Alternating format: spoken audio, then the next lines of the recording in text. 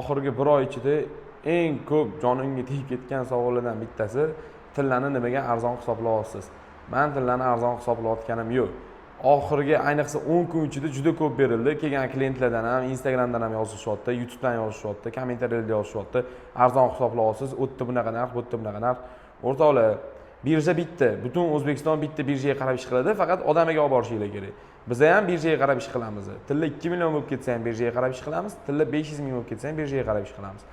Misol aytilgan narxni olishga har doim harakat qilamiz. Kesanglar narx-navo tushib ketdi, dollar ko'tarilib ketdi, havo isib ketdi, bugun quyosh bulutli bir nimalarda bahona qilmaymiz. Kesanglar realni Instagramda aytamiz ham 850 ming deymiz ham, bugun 850 ming olamiz. Chunki undan yo'q ko'tarmaydi.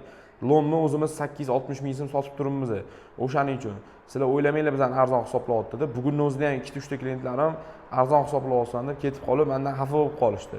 Men realni narxni hisoblayapman bugungi kun bo'yicha. Agar sizlarda ham bo'ladigan bo'lsa, olib kelsanglar, bugungi kun bo'yicha hisoblab beraman. Narx-navo ertalab boshqa bo'lishi mumkin, obeddan keyin boshqa bo'lishi mumkin. Birja meni qo'limda emas. Birjaga qarab hisoblashga majburman. Tushunganingiz uchun rahmat.